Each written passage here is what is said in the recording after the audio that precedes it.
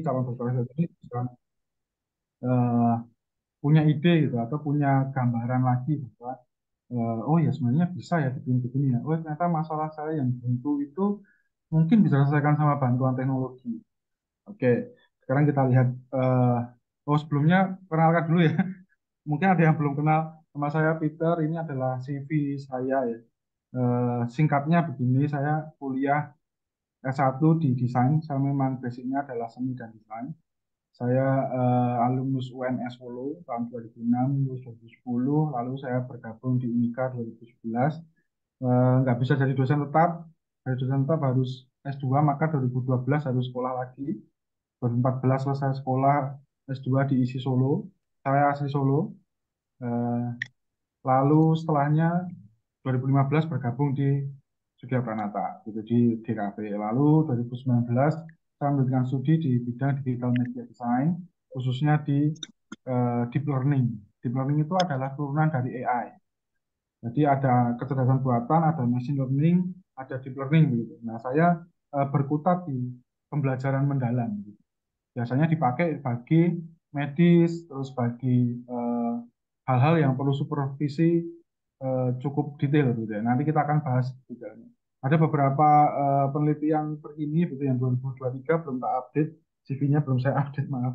Ini masih CV 2022. Nah, 2023 sudah ada beberapa yang terbit di Scopus ya dan di Sinta gitu. Nah, ini beberapa risetnya tentang dunia medis menggunakan AI, menggunakan deep learning tadi gitu. Lalu ada beberapa lomba yang berbentuk prototipe juga tentang AI dan produk desain nih, yang pernah saya ikuti ketika saya jadi mahasiswa di Taiwan. Nah, ini fotonya lebih ganteng ya daripada aslinya. Oke, kita lanjut sekarang perbedaan AI dan AR gitu ya. AI atau AI itu berkaitan dengan sistem cerdas sebenarnya. Mereka mencontoh sistem kerja otak kita. Kalau AR itu intinya adalah experience atau pengalaman pengguna. Jadi keduanya ini cukup berbeda. Nah, lalu pertanyaan yang paling sering muncul, mahasiswa saya bertanya atau junior saya di lab di Taiwan bertanya itu biasanya tentang eh, kenapa AI itu bisa oke banget ya, bahkan dia bisa meniru eh, banyak hal gitu. Sebentar, hai.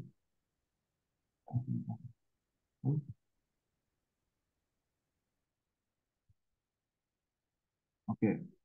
Nah, jadi AI itu kenapa bisa dengan cerdas meniru kita. Sebenarnya pemikiran manusia atau otak manusia itu bekerjanya dibagi menjadi dua ya. Satunya clustering, satunya classification. Jadi classification itu kita akan langsung mengklasifikasi ini baik benar, ini harusnya A, ini harusnya B, harusnya C. Tapi yang clustering itu yang unsupervised. Kita belum yakin dengan mereka.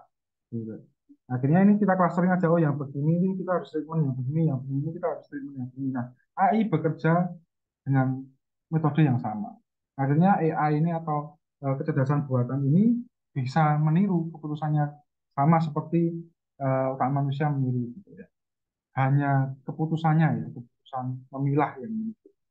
Nah, kalau AR ini adalah teknologi yang memadukan sebenarnya. Dia perpaduan antara dunia nyata dan dunia maya. Tentu ada beberapa gap di dunia nyatanya gitu. Artinya di dunia nyata ini informasi-informasi itu akan sulit diakses. Atau keterbatasan media misalnya. Hanya bisa diakses melalui 3D. Hanya bisa diakses melalui virtual. Akhirnya elemen virtual itu ditambah untuk pengalaman pengguna yang lebih baik, lebih tinggi. Jadi pasti kalau kita pakai metode AR tentu ada permasalahan di user experience-nya. Ada permasalahan di bagaimana dia berinteraksi dengan mediumnya. Kalau kita pakai AI tentunya kita akan menghemat beberapa part gitu. Kita bisa menghemat waktu, bisa menghemat biaya dan sebagainya. Dengan digantikan oleh mesin gitu. Tentu mesin ini punya tanggung jawabnya juga ya. Pakai AI itu walaupun dia pintar tapi si penciptanya ini atau yang mensupervisi ini harus benar-benar bisa mempertanggungjawabkan AI yang dia bangun. Nah itu bedanya keduanya. Kita lanjut. Nah ini ketika keduanya digabungkan, Pak itu. Jadi AI itu adalah yang di sini. face recognition-nya ini adalah menggunakan AI. Sedangkan simbol-simbol ini, warnanya, lalu listiknya ini adalah AR. Augmented reality itu seperti ini. Jadi ini adalah gambaran yang nggak bisa dideteksi ketika dia hanya gambar saja, hanya foto saja. Keterbatasan dunia nyatanya bisa dilengkapi dengan dunia virtual seperti ini. Tetapi informasi yang didapatkan oleh dia berasal dari dari artificial intelligence atau kecerdasan buatan, dari face recognition yang ini. Gitu. Ini adalah contoh gabungan kedua. Lalu kalau di desain dan arsitektur bagaimana? Nah, kalau yang di sini ini saya menggunakan sedikit ini ya, sedikit prompt nih. Prompt itu adalah teks yang digunakan untuk menciptakan visual. Nah, ini lagi hits banget ya. Bahkan foto produk pun bisa dibuat dengan menggunakan kata-kata atau gambar apapun yang belum ada bisa dikembangkan pakai kata-kata. Namanya adalah AI generative design atau generative art gitu ya. Ini saya hanya pakai kata-kata seperti ini lalu tercipta packaging yang seperti ini kalau di DKV ya. Ini saya nggak meluangkan sejam 2 jam, hanya 5 sampai 10 menit gitu, untuk menghasilkan 6 ini gitu. 5 atau 6 ini gitu. Jadi sangat cepat. Fungsi AI untuk visualizing arsitektur yang pertama tentu dia bisa menggenerate hal yang belum ada, jenis arsitektur yang belum ada menjadi ada. Itu poin yang pertama. Lalu yang kedua, dia bisa membuat variasi. Tadi ya, bahkan foto saya generate lagi, bisa jadi orang-orang yang mirip dengan saya, tapi nggak ada di dunia ini, belum ada di dunia ini. Gitu. Ini yang menggenerate mesin berdasarkan foto saya. Gitu. Jadi ketika kita mau mempraktekkan metode ATP, ATM ya, amati tiru modifikasi, AI sangat bisa mempraktekkan itu, visual alternatif gitu. Dan contohnya seperti ini. Lalu yang berikutnya adalah visual editing. Saya mencoba menggenerate visual fasad arsitektur ya. Ini saya masukkan promptnya Art Deco. Lalu saya minta mesin itu mewarnai sendiri, coloring sendiri, rendering sendiri. Jadi, jadi sangat-sangat menyingkat waktu, sangat-sangat saya nggak ngerti ya. Kalau teman-teman saya di lab yang baru saja mengenal AI itu pasti bilang, wah kita pasti tambah bodoh ini. Memang nyatanya iya, gitu ya, karena teknologi sangat membantu kita dan memanjakan kita, tapi tentu teknologi itu punya batasan-batasan. Nah, nanti kita akan lihat batasan-batasan penggunaannya harus seberapa ya takarannya. Tentu yang berlebihan itu tidak pernah baik, gitu ya. Visual editing. Lalu poin selanjutnya adalah visual editing tadi hanya membutuhkan 3 sampai 10 menit per frame. Jadi kalau kita punya waktu 2 jam, dia bisa menggenerate ribuan, ribuan alternatif warna dalam 3 sampai 10, sorry ini 3 sampai 10 detik. Nah, 3 sampai 10 detik itu per frame-nya, satu alternatif. Nah, ini publikasi ini sudah kami uji, saya dan tim uji lalu sedang submit di beberapa jurnal ya. Range dari 3 sampai 10 itu harus membutuhkan prompt yang bagaimana gitu, untuk meminta atau untuk ngomong ke AI-nya gitu.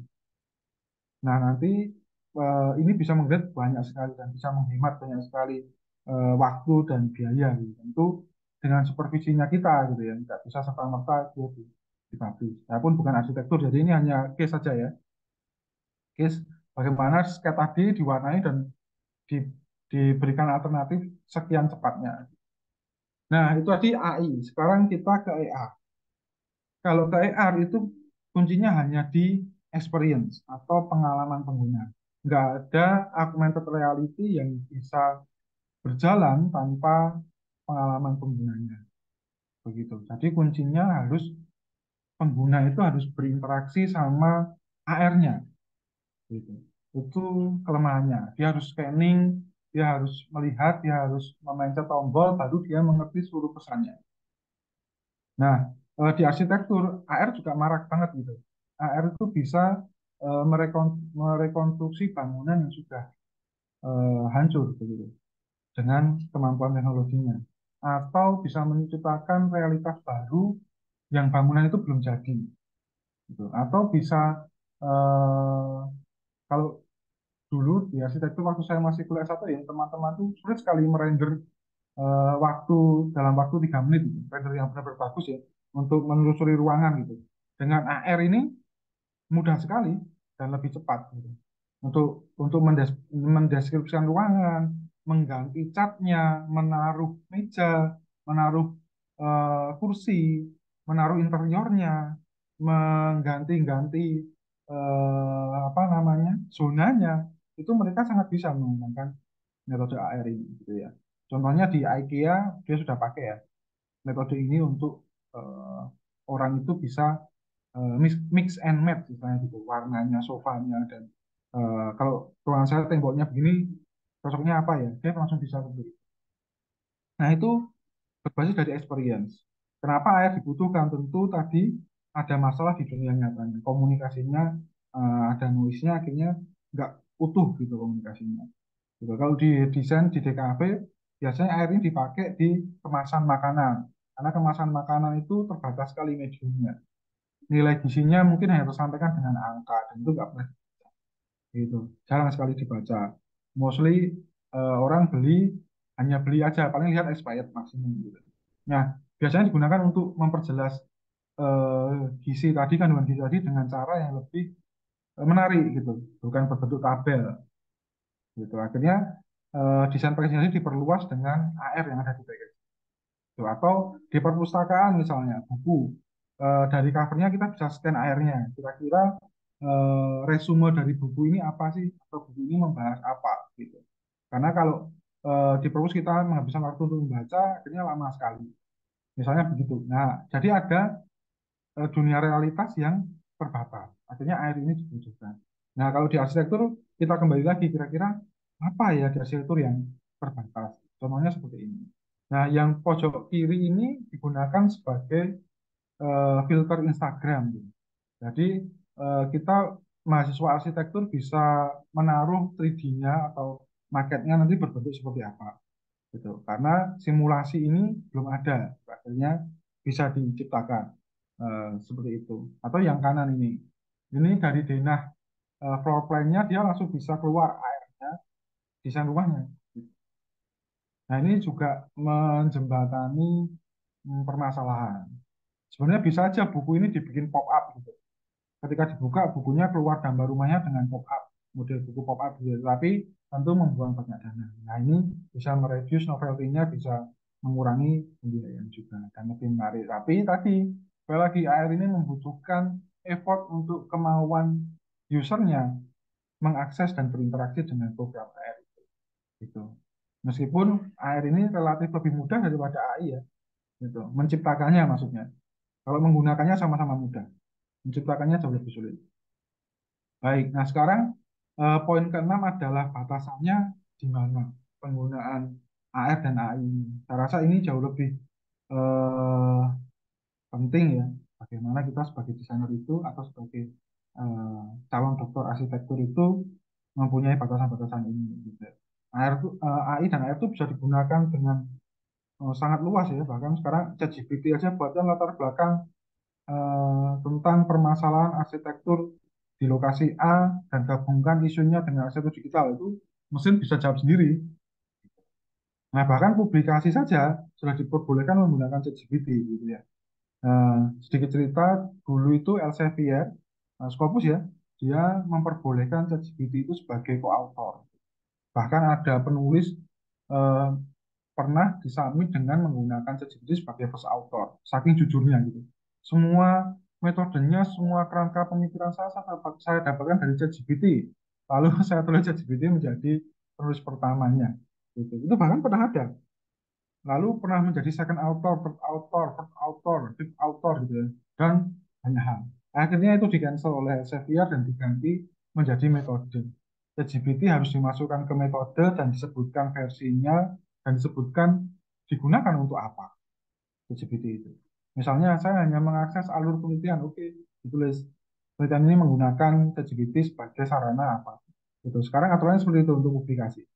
Dan tentunya ada mesin untuk mengecek itu ya, sudah ada, sudah muncul. Bagaimana mendeteksi itu? Eh, itu ada sedikit cerita tentang batasan-batasan. Nah, kenapa kok eh, tadi yang masuk ke author diganti menjadi metode? Sebenarnya kan juga nggak masalah juga di second author. Author kita manusia menulis sama mesin. Tapi kenapa kok itu diganti menjadi metode? Alasan paling kuatnya adalah mesin itu tidak bisa bertanggung jawab. Atau mesin pintar tadi, teknologi pintar tadi, nggak bisa mempertanggungjawabkan isi dari penelitian kita. Gitu. Itu batasan paling sakleknya gitu ya. Akhirnya itu diganti menjadi metode. Salah satu metode atau di ucapan terima kasih gitu. Gitu, di beberapa jurnal gitu. Oke, sekarang kita bahas yang pertama adalah keterampilan berpikir. Jadi AI itu memang membantu pekerjaan kita, betul. AR itu memang membantu pekerjaan kita sangat benar, harus dimanfaatkan gitu, karena mereka nggak mungkin hilang, sudah ada itu. Kita nggak bisa hindari gitu. Kita mau anti AI, orang yang lain bikin AI terus, gitu. Mereka pakai AI terus. Gitu. Sedangkan kita ketinggalan karena kita masih manual. Gitu. Kita harus menggunakannya secara bijak, itu yang paling penting. Yang pertama adalah keterampilan berpikir kita tidak tergantikan. Artinya critical thinking-nya harus berasal dari kita. Design thinking-nya itu harus berasal dari kita. Gitu. Kita harus eh, kritis dulu dengan masalahnya, kita tahu permasalahannya apa, baru kita selesaikan pakai AI. Gitu. Nah, baru-baru ini kami satu tim ya, ada dosen arsitek, ada dosen DKV, ada dosen TI, ada dosen manajemen. Kami lolos pendanaan ke DDK. Ke DDK yang kami bawakan adalah AI, kecerdasan buatan untuk batik bakaran, gitu. Nah, di sana tentu kalau kita berpikir secara praktis, generate aja batiknya supaya para pembatik itu gampanglah menciptakan motif. Tetapi dampaknya apa? Mereka-mereka ini akan nggak punya pekerjaan lagi. Simbol-simbol yang nyanting itu nggak akan punya pekerjaan lagi. AI nggak menolong mereka akhirnya, merugikan mereka ya.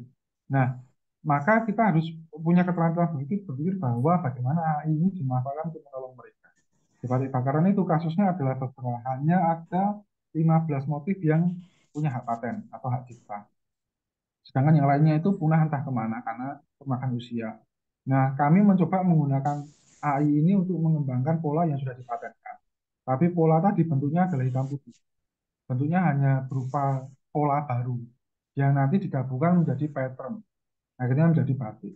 Nah, AI hanya bisa sebatas itu untuk menghasilkan pola-pola baru yang disupervisi oleh para tetua-tetua di Pajajaran. Akhirnya ketika itu sudah di ACC, maka barulah simbol-simbol tadi membatik itu. Di printing, baru printingnya tadi dipakai contoh untuk membatik secara manual. Jadi tidak ada yang dirugikan, mereka terbantu secara efisiensi ketika ada klien banyak, para pejabat-pejabat minta batik itu, mereka bisa cukup cepat untuk menawarkan eh, mood board-nya gitu kepada mereka. Nah itu salah satu contoh bagaimana kita memperhatikan critical thinking-nya gitu. Tentu saja mudah kalau mau menyingkirkan atau mau menggantikan batik itu udah banyak banget sekarang. Batik AI, coba browsing aja ke Google, banyak sekali. Banyak sekali. Tapi apakah itu membantu? Pertanyaan itu. Nah, itu adalah critical thinking yang perlu pertama, batasan pertama. Lalu batasan kedua adalah empati. AI tentu tidak punya hati pasti, tidak punya iman pasti. Dia punya teknologi dan ilmu pengetahuan ya. Gitu. Tapi dia nggak punya empati. Itu bagaimana kita bisa merasakan empati karena kita adalah sang peneliti itu sendiri. Gitu. Kita tahu secara konkret, kita tahu secara detail permasalahan yang ada. Gitu. Misalnya ketika saya kuliah, saya mengamati kaki diabetes. Gitu. Diabetes foot ulcer bersama teman-teman saya, meskipun itu bukan topik disertasi saya ya, tapi penelitian di lab itu banyak sekali yang berhubungan dengan kesehatan. Nah, si eh, empatinya terdorong dari bagaimana kita bisa menyelamatkan teman-teman yang menderita diabetes foot ulcer. Mereka butuh exercise, kalau nggak exercise maka ulcernya bisa semakin melebar. Kalau mereka exercise terlalu kuat maka semakin sobek. Gitu. Itu empati yang didapatkan. Gitu. AI. Sama seperti tadi di Beneran ini. Kampung Batik, di Batik Arsitektur Bakaran, sorry, berdesain. di Oh Batik iya. Bakaran akhirnya kita Jujur. berempati bahwa jangan sampai mereka ini kehilangan mata pencahariannya. Gitu. Itu adalah contoh empatinya. Nah, di Diabetic Foot Ulcer tadi, kita mencoba bagaimana memberikan alarm kepada teman-teman penderita diabetes foot ulcer ini untuk ketika mereka berjalan. Kita mengukur dengan AI bagaimana batasan mereka berlari kecepatannya, jenis insol yang digunakan dideteksi juga dengan AI, berapa durasinya, berapa lama mereka harus berjalan. Gitu. Ketika alarm itu bunyi maka dia harus stop karena akan berbahaya. Nah itu contoh dari empati-empati yang bisa kita lebih kuatkan dan kita ditolong AI sebagai sarana solusi penelitiannya, gitu, menyelesaikan kasusnya. Lalu rasa penasaran. Nah, saat ini saya menjumpai banyak sekali mahasiswa ya, mahasiswa saya, junior-junior saya di Taiwan sana ketika memberikan papernya, kita baca bersama-sama atau lab meeting gitu ya, rasa penasarannya sudah terkikis karena adanya AI. Jadi misalnya coba metodenya dibenerin ya, atau abstrak ini coba di develop lagi supaya abstraknya bagus. Mereka nggak berpikir dulu, tetapi mereka langsung lari ke ChatGPT dan mengkoreksi itu. Gitu. Nah, rasa-rasa penasaran ini atau rasa daya juang ini yang rasanya cukup berbahaya ya. Jadi AI itu membantu, tapi teman-teman doktoral arsitektur eh, harap berhati-hati. Jaga rasa penasaran itu tetap ada di hati kita ya. Jadi ketika kita punya rasa penasaran, in the name of curiosity itu kita punya daya juang yang lebih nanti. Gitu. Karena kita terus mencari tahu, terus berdiskusi dengan orang yang lain yang lebih berpengalaman, kita belajar dari orang yang lain, maka rasa penasaran itulah yang mengantarkan kita nanti sampai di titik tertentu. Gitu. Tanpa itu rasanya sampai di titik tertentu juga bisa dibantu pakai AI. Gitu. Nah, itu adalah batasannya. Selanjutnya adalah AI dan AR itu hanya tools saja. Mereka itu alat saja. Tapi empati kita, rasa penasaran kita, critical thinking kita itu yang paling penting. Nah, gambar di kiri ini adalah proyek saya yang saya ceritakan tadi dapat juara 3 di prototype design ya. Artinya kami pada waktu itu di lab bersama-sama membuat Google Translate, tapi untuk orang bisu, tunawicara. Nah, yang saya rekam ini namanya adalah Faith. Dia dari Jerman. Gitu ya. Dia tidak bisu. Tetapi ketika orang Jerman datang ke Taiwan, dia adalah medical doctor, dia bisa bahasa isyarat. Gitu. Tentu bahasa isyaratnya orang Jerman, tapi ketika orang Taiwan bicara dengan dia dengan bahasa isyarat, dia nggak ngerti. Karena bahasa isyaratnya berbeda. Bahkan Indonesia pun punya banyak sekali bahasa isyarat di tiap daerah pun berbeda-beda. Nah, akhirnya kita menggunakan deep learning tadi mempelajari jari-jari gerakan tangan, gerakan jari, gerakan sikut, gerakan wajah untuk mendeteksi dia itu ngomong apa. Seperti bergeser dari bahasa gerakan Belgia ke Taiwan misalnya, ke USA ke Indonesia misalnya. Jadi ketika nanti ada eh, misalnya konferensi dengan penyandang tunawicara, alat ini bisa digunakan. Jadi alat ini hanya tools-nya saja, membantu pemikiran kritis kita, menyelesaikan masalah-masalah yang ada di dunia ini. Gitu. Tentu saja kalau berkaitan dengan arsitektur ya permasalahan yang ada di arsitektural digital. Gitu. Nah ini adalah sedikit cuplikan disertasi saya, gitu. Jadi ini sudah diteliti, ini proyek beneran, ada dananya, ada fundingnya, gitu ya. Ini dikompetisikan, gitu. Jadi ini kebutuhan industri yang real, yang namanya footprint. Jadi ketika kita berjalan itu kita bikin footprint, tapi ada sensor yang namanya F-scan itu digunakan untuk mendeteksi permasalahan pada kaki. Contohnya yang A ini adalah kaki normal kalau berjalan. Maka footprintnya seperti yang di sebelah kanannya di sini footprintnya. Namun yang B, dia adalah scissor gait atau berjalan dengan menggunting gitu ya, scissor gait. Dia akan menghasilkan footprint seperti itu. Lalu yang C dia adalah berjalan jinjit ya, berjalan jinjit maka nggak semuanya terekor. Sedangkan pemulihan yang paling cepat atau prediksi dokter yang paling cepat tentang gangguan pada kaki adalah menggunakan footprint ini, gitu. Footprint ini. Nah, kalau normal dia menghitung foot progression angle-nya mudah ya, tinggal disilang di garis dari second metatarsal ke heel ini, tinggal digaris saja dia sudah tahu foot angle-nya berapa. Tapi kalau yang begini, kiri bisa berubah jadi kanan, Gitu. Kanan bisa berubah jadi kiri karena garis tengahnya itu miring. Atau yang di sini, hillsnya nggak kelihatan. Ini sulit sekali dideteksi oleh medis, hanya medis yang profesional dan berpengalaman cukup panjang ya yang bisa mendeteksi ini, atau radiologis-radiologis yang sudah berpengalaman. Sedangkan kita mentraining mereka itu butuh waktu dan dana yang besar, gitu. Butuh case yang banyak. Akhirnya AI itu membantu mereka untuk mendeteksi mendeteksi eh, progres pada terapi, gitu. Progres pada terapi. 0,1 derajat itu penting untuk mereka, gitu ya. Jadi kepresisian AI untuk mengukur foot progression angle-nya itu penting. Ketika mereka sudah diukur dengan dokter dan radiologis dan para terapis, maka dilakukan terapi. Setelah terapi, mereka diukur lagi menggunakan alat sensor kaki, diukur dengan AI. Akhirnya itu mempercepat, oh ternyata terapi saya yang A ini nggak terlalu efektif. Terapi saya yang B ini langsung efek. Terapi saya yang C nggak sampai. Maka tools AI ini berfungsi sebagai banyak hal. Dia bisa mempercepat terapi yang pertama, yang kedua dia tidak memberikan rasa sakit lutut yang terlalu lama bagi penderita B dan C ini. Itu lalu dokter atau para tenaga medis klinikal itu bisa tahu metode yang paling pas untuk jenis kaki tertentu. Begitu. Nah itu salah lain contoh bagaimana kita menggunakan AI itu sebagai toolsnya saja.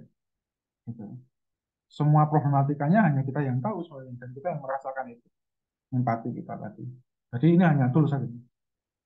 Lalu eh, fungsi AI kalau tadi batasannya sekarang fungsinya AI ya, sebenarnya penggunaan AI dan AR itu kita meningkatkan novelty penelitian itu pasti. Karena banyak sekali metode-metode terkini itu nggak menggunakan teknologi terbaru. Maka novelty kita pasti tinggi karena ada teknologi baru yang digunakan untuk menyelesaikan masalah yang sama yang dulunya diselesaikan oleh manual. Maka novelty penelitian pasti naik.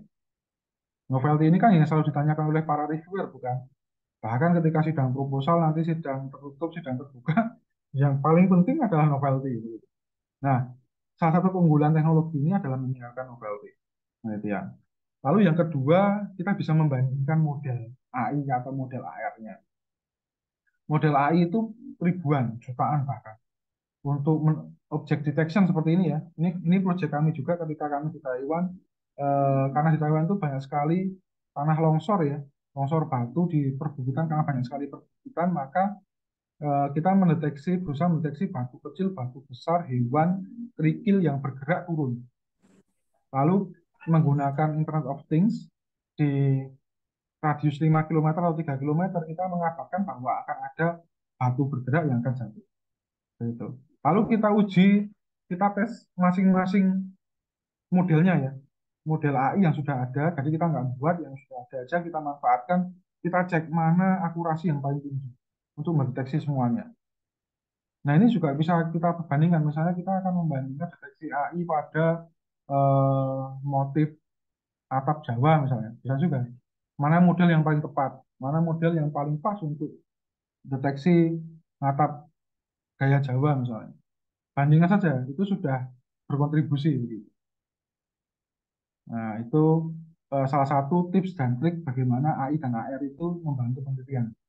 Nah, dibandingkan saja kita bisa tahu, oh ternyata yang AI yang seperti ini nggak gampang nih karena sistem di AI-nya nggak banyak neural network-nya misalnya, atau sistem di AI-nya nggak terlalu pandai membaca atau mempelajari visual, dia mempelajari teks misalnya, atau dia hanya mendeteksi besar yang besar maka objek kecil nggak terdeteksi. Tapi kalau model yang B objek kecil terdeteksi gitu. Nah, kita punya sumbangsih di sana untuk meningkatkan model selain meningkatkan novelty tadi. Lalu memperdalam diskusi penelitian karena kita mempunyai perbandingan, maka kita punya riset yang tertinggi, model tertinggi dan model terendah. Maka itu menarik untuk dibahas. Kenapa si model AI ini nggak bagus untuk eh, penelitian A? Kenapa kok model AR yang ini cocok untuk penelitian A? Model AI ini cocok untuk penelitian A. Itu menarik untuk dibahas dalam diskusi penelitian. Gitu. Nah, yang lain lagi adalah pasti berkontribusi pada penelitian baru. Gitu. Kontribusi penelitian ini paling tidak kan harus ada tiga. Yang pertama dia berkontribusi pada industri, yang kedua dia berkontribusi pada metode, yang ketiga dia harus berkontribusi pada teori. Nah, kalau ada ketiganya kontribusi ini, maka penelitian itu dianggap punya tujuan yang baik. Gitu. Secara dasarnya ya, dari tiga itu. Berkontribusi sebagai metode, berkontribusi di industri, atau berkontribusi di teori. Kalau di teori tentu rekomendasi-rekomendasi atau kaidah keluarnya. Betul ya. Kalau di industri tentu eh, perubahan-perubahan cara atau produknya atau prototipenya atau cara menyampaikannya. Di metode tentu metode baru, metode terkini gitu ya, metode menggunakan teknologi digabungkan dengan kreativitas misalnya. Itu kontribusi-kontribusi. Nah, AI dan AR itu peluangnya sangat tinggi untuk memperbesar ketiganya kontribusi penelitian ini. Itu untuk penelitiannya. Lalu ini bonus ya, sebenarnya tidak perlu, oh ini nggak penting-penting banget, tapi ini bisa dimanfaatkan untuk meneliti ya. Artinya ini sangat teknis meneliti. AI sebagai penunjang riset, yaitu banyak ya sekarang web app AI untuk mempermudah penelitian. Ini bisa mensummarize your first document gitu. Dari PDF langsung dia keluar ya resumenya, research aimnya di mana, research hipotesanya di mana. Gitu. Ada juga yang namanya consensus apps.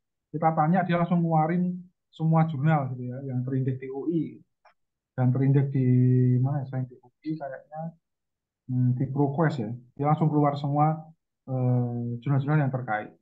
Atau connected paper kita masukkan kata kunci lalu dia langsung mengkoneksi paper-paper yang sudah ada gitu. Ini sumbernya mereka ya, ada RXIV, Smart Scholar, PubMed, bahkan paper di UI, dia langsung terkoneksi gitu.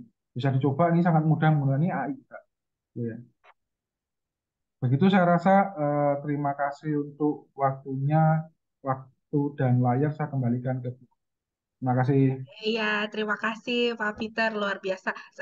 Saya tadi sampai nyatet bonus. Apa ini bonusnya? Banyak sekali sebetulnya banyak sekali sebetulnya kemampuan-kemampuan yang mendukung penelitian gitu ya. Tapi Pak Peter, saya jadi penasaran nih. Sebentar, tadi saya ada sedikit catat waktu di awal-awal Pak Peter menjelaskan tentang apa ya eh, si AI ini ya, sifat-sifat AI. Dia bisa menciptakan visual gitu ya, Pak Peter ya. Kemudian, halo? Iya betul, Bu. Oke. Kemudian juga dia memiliki kemampuan membuat variasi, kemudian visual editing, lalu mencipta data. Nah, saya tuh saya agak penasaran bagaimana sih sebetulnya dengan keaslian data itu sendiri nih, Pak Peter. Kalau kita bicara penelitian kan kita pasti bicara tentang data begitu ya. Sementara sifat-sifat AI yang mampu mencipta visual atau visual editing ada resiko sempet saya lihat gitu ya, ada resiko manipulatif konten gitu. Nah, itu tuh bisa jadi tantangan. Menurut Pak Peter gimana nih, Pak? Ya, itu banyak sekali eh, isu seperti itu ya. Artinya manipulasi data itu Hmm. sering terjadi gitu. Nah, eh, untuk informasi AI itu akan sangat sulit, terutama yang deep learning ya, hal-hal yang berhubungan dengan hal yang benar-benar harus supervisi banget gitu, Hmm. itu nggak bisa di training atau AI itu nggak akan cerdas ketika data trainingnya sedikit. Nah, manipulasi data ini bisa dilakukan dan itu sah saja. Contohnya image augmentation. Jadi misalnya tadi ya, Hmm. saya meneliti tentang kaki pengkor tadi, kaki yang scissor gait sama yang berjalan sendiri. Hmm. Nah, untuk mencari jutaan data dari jutaan pasien itu sulit. Akhirnya kita menggunakan ribuan mungkin. Kita hanya punya ribuan. Tapi ribuan ini juga nggak cukup untuk deep learning mempelajari sampai benar-benar deep learning gitu. Jadi kalau kita mau belajar, mau mau ujian atau mau lomba catur ya, kita kan pasti latihan catur dulu. Hmm. Nggak mungkin latihan catur itu sekali dua kali, pasti berulang kali, berulang case, macam-macam. Nah, sama seperti AI. AI itu seperti dilesin gitu, dikasih bimbel gitu. Nah, kalau bimbelnya bahan ajar di bimbel ini kurang, maka outputnya bisa salah. Nah, ini adalah tanggung jawab para perancang AI-nya atau Perancang. para pengguna AI-nya. Si kreatornya gitu ya, Pak Betul. Peter. Oh. Makanya tadi ChatGPT nggak bisa jadi second author gitu. Dia harus masuk di metode karena urusan seperti ini. Lalu ada cara untuk AI itu bisa memanipulasi data. Namanya Mhm. adalah image augmentation, penggandaan gambar. Nah, bisa digandakan menjadi jutaan bahkan miliaran gambar Mhm. dari satu gambar seperti tadi ya. Mhm. Mhm. Gambar-gambar yang mirip lalu mereka AI-nya akan mendeteksi wajah Pak Peter gitu. AI bisa mendeteksi oh matanya mirip, oh hidungnya mirip, oh hanya rambutnya mirip. Nah, bisa digandakan seperti itu tadi. Tapi ini juga ada tanggung jawabnya. Misalnya di riset saya di Taiwan, kami biasanya pakai alat yang namanya ultrasound. Ultrasound itu untuk seperti ibu hamil itu loh. Mhm. Untuk yang biasa digunakan untuk dokter untuk melihat perkembangan bayi di dalam rahim. Nah, USG. iya seperti itu. Nah, itu eh, ultrasound itu punya kelemahan dia ada noise-nya, lalu tekanan itu juga mempengaruhi, lalu angle itu juga mempengaruhi. Nah, kita hanya boleh memakai image augmentasi tadi untuk menggandakan image yang berasal dari ultrasound tadi dengan tiga tadi. Noise, exposure untuk menambah tekanannya, atau rotate. Hanya kita bisa memakai tiga ini untuk menggandakan data aslinya yang ultrasound tadi. Mhm. Mhm. Karena sesuai aslinya. Kita nggak bisa menggunakan image flip, image yang dicerminkan, karena ultrasound nggak mencerminkan itu. Kita nggak bisa merubah warnanya atau memberikan color untuk menggandakan gambarnya, karena ultrasound ya hitam putih. Nah, etikanya ada di situ untuk penggandaan atau manipulasi data tadi. Ya memang memang sebetulnya lagi-lagi kalau ngomong poin-poin yang dari Pak Peter tadi bilang balik lagi ke etiknya ya. Iya, betul, Ke etiknya. ke etika ya mungkin bisa ke etika penelitiannya atau empatinya gitu ya, Iya, Pak Peter betul. ya. Tanggung Eh, jawab, penanggung jawab dari si peneliti itu. Mhm. Mhm. Oke, oke. Ya, ya Bapak Ibu, ini diskusi sebetulnya sesudah semakin seru. Kayaknya ada banyak pertanyaan juga nih Pak Peter di apa di kolom chat. Nah, ini kayaknya ini kita nanti dibaca, saya bantu bacakan satu-satu. Ya, Mungkin yang pertama dari Bu Rizka. Terima kasih Bu Rizka. Ini pertanyaan Bu Rizka, bagaimana tips memanfaatkan AI berbasis NLP. NLP ini natural learning process. Bener ya, Bu Rizka ya? Takut saya salah ini nih. Takut saya Betul, salah. betul Bu Betul Ani. ya? Gimana sih NLP ini bisa mencapai kedalaman penjelasan? Karena terkadang kalau kita bertanya kepada AI, jawabannya cenderung berulang-ulang. Saya setuju nih. Pernah juga sih nih saya ngalamin. Ya mau nggak tanggapannya Pak Peter? ya. Jadi NLP itu sedikit berbeda ya. Terima kasih pertanyaan Bu Rizka. Pertanyaannya sulit sekali nih. Sulit sekali dan detail sekali langsung. Malah nih ya, bukan pertanyaan umum tapi langsung ke case ya. Gitu. Nah, sejujurnya saya belum pernah meriset NLP, tetapi NLP itu seperti filter ya pekerjaannya. Jadi eh, tipsnya adalah bagaimana kita mentraining si data ini, gitu, NLP ini. Nah, sistem kerja NLP itu sama seperti mengalgoritmakan kata-kata ya. Misalnya saya akan training nama Rizka Tri Anita gitu ya. Hmm. Kebetulan saya hafal namamu ya Rizka, karena kita ketemu berapa tahun sejak kamu S1. Rizka Tri Anita. Lalu saya akan mengcoding Rizka itu menjadi angka satu, Tri itu angka dua, Anita itu angka tiga. Begitu. Mesin itu akan mencari sendiri angka-angka. Nah, kalau NLP itu kan banyak sekali, nanti akan ribuan binary gitu ya. Nah, jadi akan cukup menantang gitu. Maka riset NLP itu eh, digemari sampai hari ini. Gitu. Namun sekali lagi eh, teman-teman yang berfokus di NLP ini sebenarnya tidak cukup banyak gitu ya. Dan tidak banyak juga pakarnya. Gitu. Karena kesulitan-kesulitan tadi, kesulitan membahasakan bahasa yang sangat mudah kita ucapkan menjadi angka. Gitu. Dan yang mentraining ini harus benar-benar memahami tadi. Nah, ini paling tidak matematikanya ya, matematikanya untuk mengcoding, menggabungkannya atau mensimulasikannya dalam coding dan coding tadi bekerja, gitu. Nah, ini NLP ini memang kelemahannya dia tidak tidak dalam, begitu. Seperti kamu tanya ke GPT itu nggak langsung dia menjawab spesifik seperti yang kita mau, gitu ya. Nah, itu kan NLP juga. Sama seperti kita ngechat di keyboard kita gitu. Kadangkala dia keluarnya hanya suggestion, gitu. Bukan hasilnya. Misalnya kita ngetik WK, WK. Dia WK, WK, WK panjang gitu. Kalau kita mau WKA, WKA, WKA. Dia hanya sugesti aja. Gitu. Karena dia berusaha menerka angka tadi. Memfilter angka tadi sehingga dia mencapai sugesti-sugesti tertentu. Maka pasti susah untuk dalam. Begitu. Dengan yang diinginkan, karena yang diinginkan secara kebahasaan itu kan sangat spesifik banget gitu. Jadi bagaimana bisa tipsnya bisa memanfaatkan AI? Ya trainingnya harus dalam, harus mencoba banyak sekali model yang paling pas untuk NL.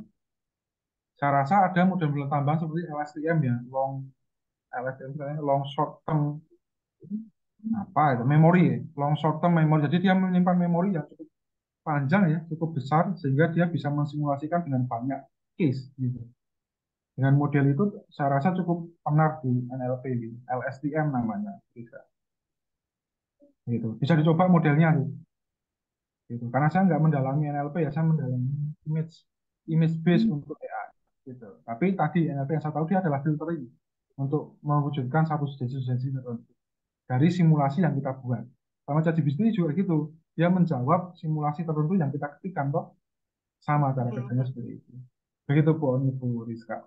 Berarti memang pada akhirnya memang kembali kepada si kreator. Jadi ada kemungkinan bahwa eh, produk-produk AI atau AR ini punya apa ya datanya jadi bias kalau tergantung inputnya ya berarti apa ada kekurangan data kadang jadi tidak terstruktur itu mungkin minus-minusnya kali ya. Jadi si si inputnya kali. Gimana nih Bu Rizka mungkin ada respon? Baru ingat Iya, Bu Rizka juga di DKV ya. Jadi ini kayak temu temu diskusi. ya akhirnya kita ngobrol juga ya Bu Oni ya. Oh iya benar. Udah lama banget nggak ketemu ya. Oke, iya Pak Peter, memang kalau kadang kan yang di karena kita dengan adanya ChatGPT ini kan sekarang dikit-dikit tanya gitu ya sama ChatGPT. Tapi cuman terus yang kita hadapi adalah ketika kita ingin menanyakan sesuatu, dia cenderung menjawabnya berulang-ulang. Maksudnya tadi artinya model itu sebetulnya kita mencari dengan satu kayak keyword tertentu gitu kah Pak atau kayak Excel gitu misalkan habis apa-apa begitu atau yang seperti apa itu model yang tadi yang harus dicobakan gitu. Oke, itu sebenarnya model-model ini ya, model-model LSTM itu adalah model-model pembelajaran bahasa. Coba kita lihat ininya ya, kita lihat Oh. simulasi saya tadi sedang nyariin di mana penelitian saya tentang LSTM itu. Ya, rasanya ada di, enggak,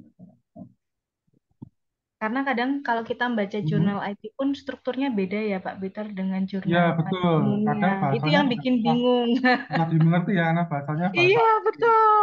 Jadi kalau jurnal-jurnal IT yang sekarang tuh kayaknya ada format tertentu ya, Pak ya. Yang itu saya nggak ngerti, nggak mudeng-mudeng gitu kalau jurnal IT. Ya, jadi intinya sebenarnya tergantung kedalaman kita mau seperti apa untuk NLP. Kalau saran saya, kalau Bu Rizka itu konsen di NLP, maka harus spesifik sekali bahasa apa. Seperti tadi bahasa isyarat misalnya, maka itu spesifik. Long short termnya memori tadi hanya mempelajari bahasa isyarat aja. Isyarat pun diklasifikasi lagi per negara, per region gitu. Per Hmm. katanya terima kasih toh, misalnya terima kasih US, terima kasih Indonesia, terima kasihnya yang lain gitu. Gitu. Oke. Ini tadi mau nge-share penelitian apa gimana? M. Kak tungguin no LSTM-nya kok. Oke, iya. Oke, cukup cukup ya, Bu Rizka. Atau ada tanggapan lagi? Cukup Bu Oni. Iya, luar biasa sih memang ini si AI ini mengundang banyak tanya karena jadi kayak produk baru tapi udah lama gitu. Nah, mungkin boleh kita move dulu ke pertanyaan berikutnya. Ini pertanyaannya ada anak-anaknya nih kayaknya dari Pak Yulianto di Medan. Halo Pak Yulianto, terima kasih nih pertanyaannya dari Unika Santo Thomas Medan, Pak Peter. eh ini mau dibacakan atau mau langsung tanya nih Pak Yulianto? Boleh kalau boleh bertanya Oh, langsung. boleh banget, Pak. Makanya itu esensi ngobrol-ngobrolnya biar dapet gitu. Monggo, Oke, Pak Yulianto. ya. Silakan, Pak. Terima kasih Bu Emini. Iya. Salam kenal Pak Peter. Kebetulan saya mengajar di Unika Santo Thomas di Medan. Kebetulan juga AI udah masuk ke mahasiswa dan dari saya juga terpaksa harus belajar gitu. Nah, banyak yang menggunakan AI ya seperti apa Stable Diffusion, DALL-E gitu. Sekarang mahasiswa kan apa image gitu lalu pakai prompt gitu lalu keluar dan itu kalau ada tugas gitu terus langsung di submit gitu tanpa ada di apa diolah gitu. Nah, pertanyaan saya itu apa prompt yang sama itu akan menghasilkan image yang sama misalnya atau apa akan menghasilkan image yang berbeda-beda di AI machine yang berbeda misalnya di DALL-E atau di Stable Diffusion gitu. Itu yang pertama. Terus yang kedua, apakah sudah ada mesin yang apa bisa mengenerate hasil yang bentuknya file 2D dan 3D gitu yang jadi augment AR gitu. Nah, karena ini cukup menarik karena kalau ada seperti itu gitu kan file itu mahasiswa itu akan lebih itu lagi tinggal bikin prompt gitu lalu hasilnya file dia olah kalau kalau mau diolah kembali kalau enggak ya langsung disubmit begitu saja gitu seperti itu. Terus yang ketiga itu nah ini pertanyaannya ada hubungannya dengan masa depan di apa dunia arsitektur gitu kan kan arsitektur base-nya adalah visual gitu desain gitu. Terus dengan adanya AI ini nih keahlian itu jadi bertambah gitu. Apakah perlu mata kuliah baru gitu yang memang mempelajari tentang prompt gitu ya. Kalau bahasa pemrograman mungkin sudah ada yang seperti apa SketchUp gitu, Ruby gitu ya bahasa pemrograman atau apa LISP di AutoCAD gitu ya. Nah itu perlukah itu mata kuliah baru itu untuk di prodi arsitektur itu yang mempelajari khusus prompt gitu yang apa mengenerate image gitu. Ya kira-kira begitu Wah, pertanyaan saya pertanyaan Pak Pak. Yulianto ini Terima kasih. mewakili suara hati dosen-dosen arsitektur kayaknya. Benar-benar. Monggo, Pak Peter. Iya, terima kasih Bu Ani, Pak Yulianto. Pertanyaannya bagus banget ya. Artinya kami juga mengalami itu di desain Pak, apalagi di DKV gitu. Nah, di DKV Unika sendiri, Studia Perantara sendiri sudah membuka kelasnya ya. Tapi kami masih dengan model MKP gitu. Nama mata kuliahnya adalah Digital Design and Innovation. Apa Nah, di mata dalamnya kuliahnya, adalah Pak? mencakup AI, AR, dan VR, dan Metaverse. Gitu. Itu adalah menjembatani kepenasaran mahasiswa bagaimana beradaptasi dengan teknologi. Selain itu juga mata kuliah tadi ini kita jawab dari bawah Pak ya, mata kuliah ya. Nanti baru nomor 2 dan nomor 1. Nah, mata kuliah tadi juga membahas etika batasan menggunakan teknologi itu. Gitu. Karena kalau nggak ada mata kuliah itu nggak ada waktu kita ketemu gitu. Hanya etika profesi aja. Tapi etika profesi itu lebih banyak membahas profesi kita sebagai desainer. Gitu. Atau sebagai arsitek tanpa membahas perkembangan etika perkembangan teknologi. Maka dari latar belakang itu DKV Surya Pranata membuka MKP itu. Masih kita coba dengan MKP. Nah, kita akan kasih lagi untuk ditetapkan mata kuliah itu. Tetapi hal yang lain adalah mencari pengajarnya sulit. Karena jarang sekali dosen DKV yang bisa AI, jarang sekali dosen DKV yang bisa VR, jarang sekali dosen DKV yang bisa Metaverse. Kesemuanya itu ya, gerombolan itu dikuasai oleh satu orang itu, wah, gak ada mungkin. Bahkan, bahkan saya pun tidak expert di semuanya gitu. Karena basis saya adalah desain. Gitu. Itu kesulitan kami gitu. Makanya kita hanya berani di MKP dengan keroyokan. Nah, saya mengajar di AI dan etika AI-nya, 6 pertemuan, lalu dosen dari TI mengajar machine learning basic-nya, bagaimana pemrograman itu berjalan. Jadi bukan kita serta-merta diajarin, oh ini loh, prompt itu ini keluarnya ini, tidak. Tapi bagaimana prompt itu bisa bekerja, bahasa NLP tadi bisa bekerja menghasilkan gambar. Jadi mereka tahu pemahamannya bahwa menghasilkan gambar itu, mereka membuatnya juga nggak semudah itu. Gitu. Maka kalau gambarnya salah, ya jangan dimarahin modelnya gitu. Karena model ini mempelajari hal tertentu. Nah, kita membuka dapurnya bermacam-macam model ini dari si dosen TI yang mengajar tadi. Lalu kita mengundang dosen SI juga untuk 3 pertemuan mengajar Metaverse, VR, dan IR. Gitu. Sehingga mereka tahu dari expert-expert. Nah, itu salah satu case yang mungkin bisa membantu Unika Santo Thomas tadi juga itu membuka mata kuliahnya. Kami juga berjibaku dalam mencari mentor-mentor itu, Pak Yulianto. Itu pertanyaan yang ketiga. Lalu pertanyaan yang kedua adalah 2D jadi 3 dimensi tadi. Lalu dari 3D ini langsung bisa dikonvert ke 3D Max. Kalau pertanyaannya sudah ada belum? Sudah ada, Pak. Bahkan kita bergerak saja, video kita bergerak, jadi 3D modeling itu ada. Langsung ke Blender malah. Tinggal masukin mappingnya, render, vire, jadi. Nah, kalau kita mau bikin modeling handphone ya tinggal kita video aja handphonenya, masukkan aja gitu. Lalu AI itu akan mengconvert gerakan itu menjadi vektor yang masuk ke base design gitu, yang Itu masuk ke semacam Blender. fotogrametri gitu ya, Pak? Iya, seperti itu, hampir mirip seperti itu. Dia berdasarkan dari node sendi ya. Dia mempelajari sendiri seperti saya mempelajari bahasa eh, apa namanya bahasa tunawicara tadi gitu sama, tapi saya mengkonvert gerakan tadi jadi kata, si kreator ini dia mengkonvert gerakan tadi jadi Blender gitu. Jadi modeling 3D ada, Pak. Kalau itu video ke 3D ya dari 2D saya belum pernah menemukan, tapi rasanya nggak akan lama lagi pasti ada. Para perancang AI itu memang luar biasa ya. Saya nggak tahu mereka makannya apa gitu. Apakah mereka makan pisau tiap hari atau pohon tiap hari kok bisa cerdas dan pintar gitu. Tapi sekali lagi yang kita tekankan bukan itu, tetapi bagaimana mahasiswa ini mempertahankan critical thinking-nya gitu, dengan dibantu teknologi tadi. Ini just a tools gitu ya. Itu gitu Pak Yanto untuk pertanyaan kedua. Lalu yang pertama, apakah prompt tadi yang kita masukkan, teks promptnya itu menghasilkan image yang sama atau image-nya beda-beda ya dengan AI machine yang berbeda. Kalau modelnya berbeda, itu berbeda, Pak. Jadi, generatif art berbasis gambar itu punya banyak sekali database. Tergantung database mana yang dipelajari oleh si web app itu. Contohnya, misalnya saya pakai model VQGen gitu ya.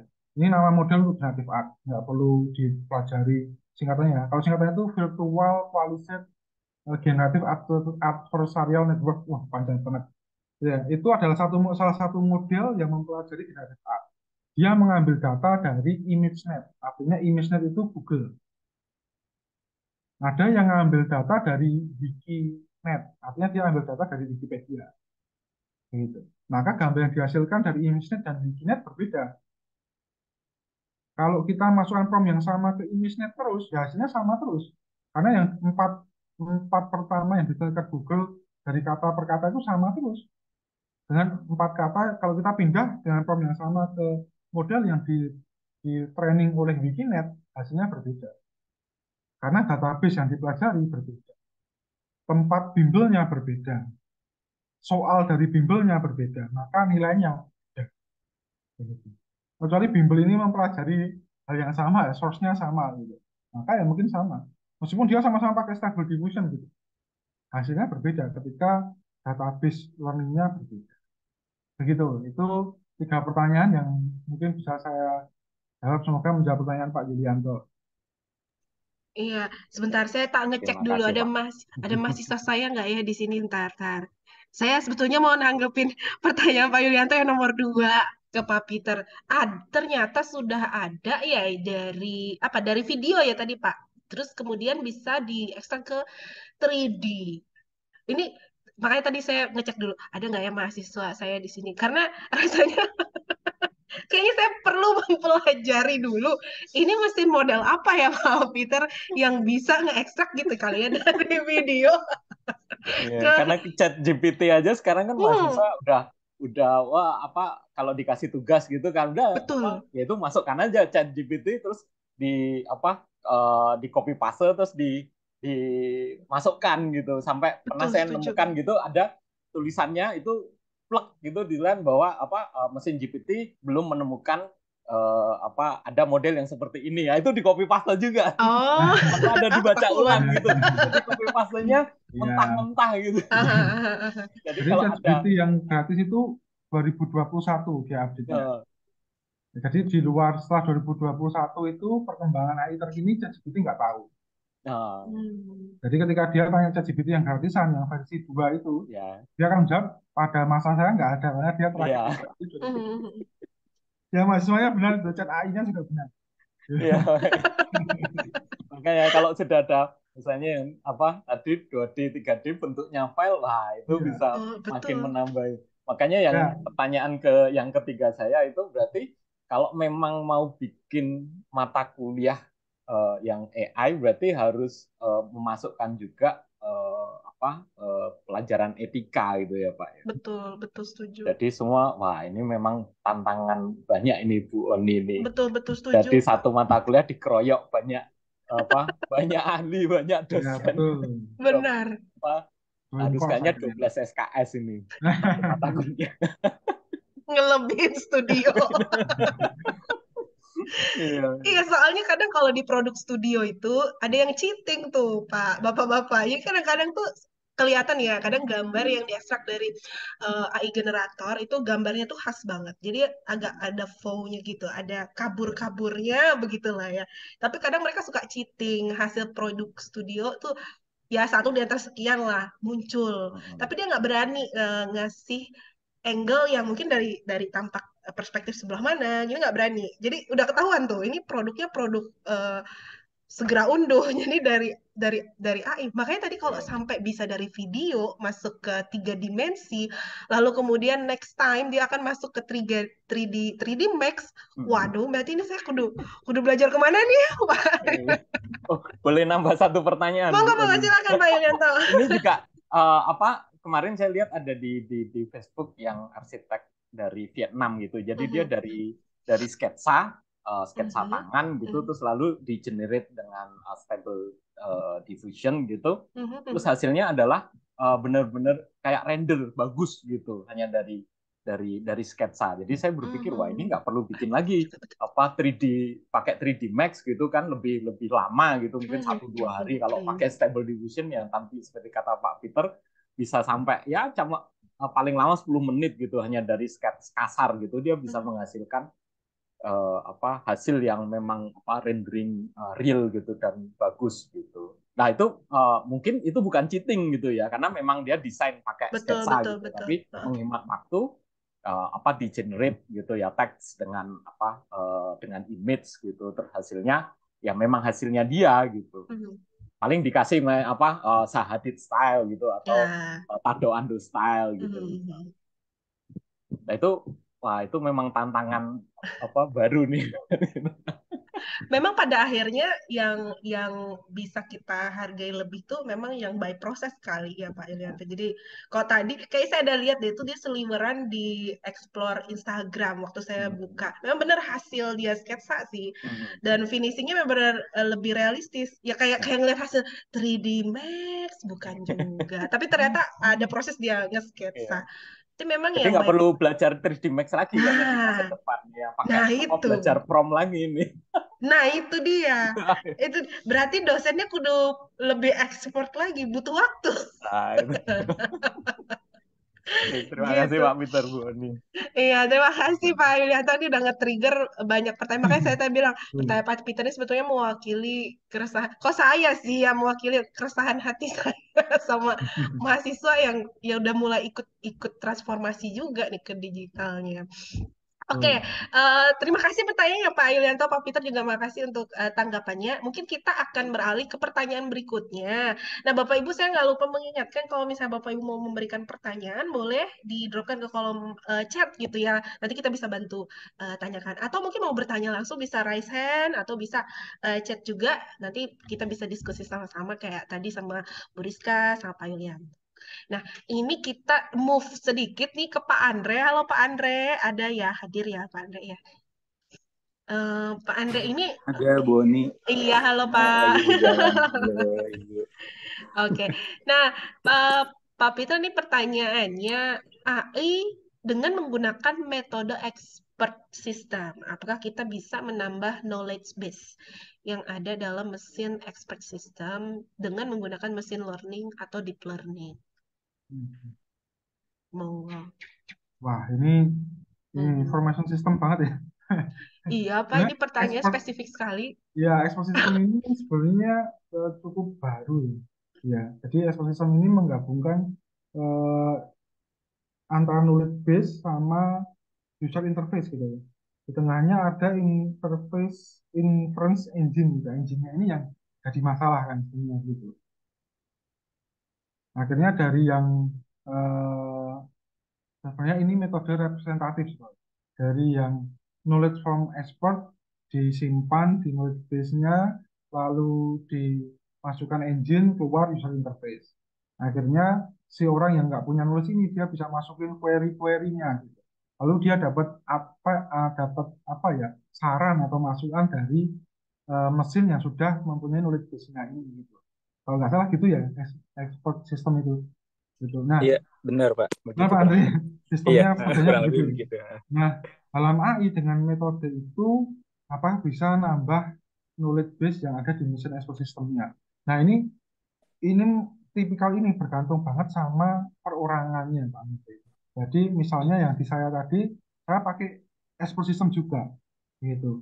Artinya yang bisa mendeteksi kaki ini toe in atau toe out, dia keluar atau ke dalam, untuk kasus penelitian saya yang kaki tadi, itu membutuhkan expert system atau knowledge base dari orang atau dokter atau peneliti food problem yang sudah 15 tahun atau 20 tahun bekerja di sana. Akhirnya dia yang apa ya namanya kalau di seni itu mengkurasi mengkurasi jenis-jenis gambar yang kita punya gitu. Akhirnya gambar yang kita punya ini bisa dikurasi oleh dia dan dia bisa menseleksi gambar-gambar mana saja yang kira-kira pas atau masuk ke kriteria-kriteria tertentu. Nah, expert system ini akan tepat atau akan bisa sangat baik digunakan ke penelitian-penelitian yang sangat khusus sekali, sangat membutuhkan expert sekali, dan expert ini sudah hampir susah sekali dicari gitu. Nah, itu baru penelitian ini tinggi sekali nilainya, begitu Pak Andri. Tapi apakah knowledge base-nya bisa ditambah? Bisa ditambah kalau expertnya ini ditambah juga. Jadi Maksud, intinya tuh di insight atau wawasan mendalam yang nggak dipunya expert satu dan di expert yang kedua. Lalu mereka berbagi hal yang sama, mentraining engine-nya. Akhirnya luarannya advice-nya lebih lengkap. Begitu Pak Andre, kira-kira. Oke, berarti harus tetap ada si expertnya itu ya Pak ya. Iya, dia yang Kalau misal mengeliminir. kalau misalnya based on kan gini, kalau machine learning ini kan dia kan belajar pengetahuan yang sudah dia punya sebelum-sebelumnya tuh Pak. Dia Iya, belajar lagi, belajar lagi, belajar lagi. Nah, itu nggak bisa disebut sebagai expert ya Pak, berarti ya? nggak bisa. Itu adalah retrain namanya. Oke. Retrain. Jadi hanya seperti kita, contohnya gimana? Jadi dia itu mempelajari berbagai database, gitu. Tapi dia nggak spesialis di hal tertentu. Maka ekosistemnya ini atau knowledge personnya ini nggak bisa diakui begitu. Artinya model ini adalah Oh, model oke. generik. Nah, ekosistem itu akan pas digunakan ketika permasalahannya konkret, satu dan sangat dalam. Dan itu membutuhkan expert dalam selain si orang A ini nggak bisa lagi menjawab. Iya, iya. Ya, Rasanya begitu Pak Andre, yang ya, saya juga nggak terlalu mendalami sistem, tapi cara kerjanya kira-kira begitu. Nah, iya, iya. semoga menjawab pertanyaannya. Iya, iya. Siap, siap. Makasih, Pak Peter. Oke, Baik. thank you Pak Andre. Untuk pertanyaan ini, kalau Sama-sama, Bu kalau nggak Ani. salah nih Pak Peter, Pak Andre ini juga disertasinya juga nggak jauh-jauh nih dari learning motion, ya nggak sih Pak? Sebenarnya agak berubah sih, Bu. Makanya aku tanya tentang Hmm. expert system ini gitu. Karena eh gini, Pak, sedikit cerita ya Pak Peter, Bu Boleh. Ani, mungkin kalau boleh. Hmm. Jadi di arsitektur itu ada namanya perencanaan dan perancangan. Nah, perancangan itu lebih ke desain, lebih ke bentuk. Nah, yang selama ini sudah pernah atau yang sering dilakukan oleh arsitek-arsitek yang menggunakan AI, machine learning, deep learning, generative adversarial network dan sebagainya, itu lebih ke bentuk. Jadi pengolahan bentuk yang nanti akhirnya keluar bentuknya seperti apa gitu kan.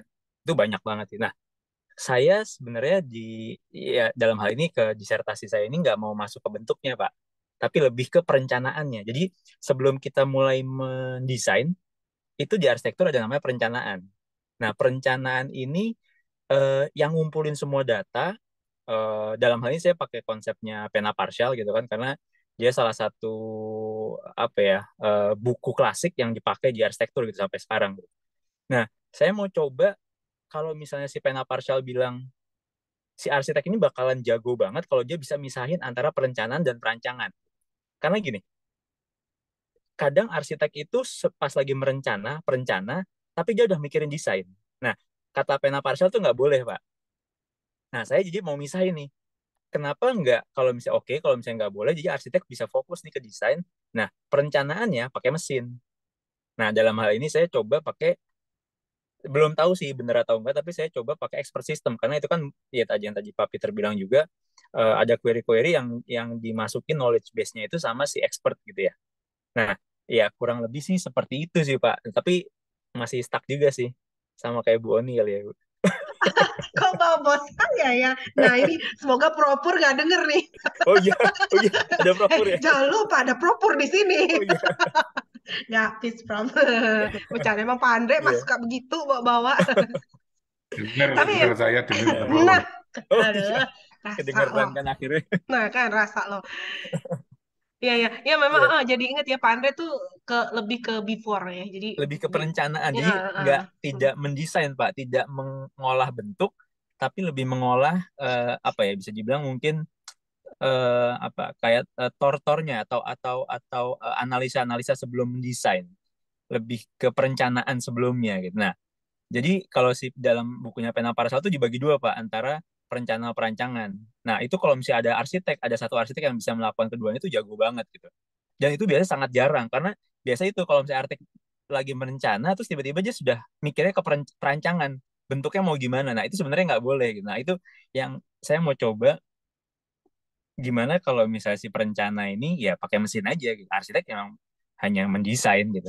Ya, sebenarnya ke situ sih Pak arahnya gitu. Oke, ya, cukup menangkap ya. Artinya proses ideationnya nanti dibantu oleh mesin gitu ya.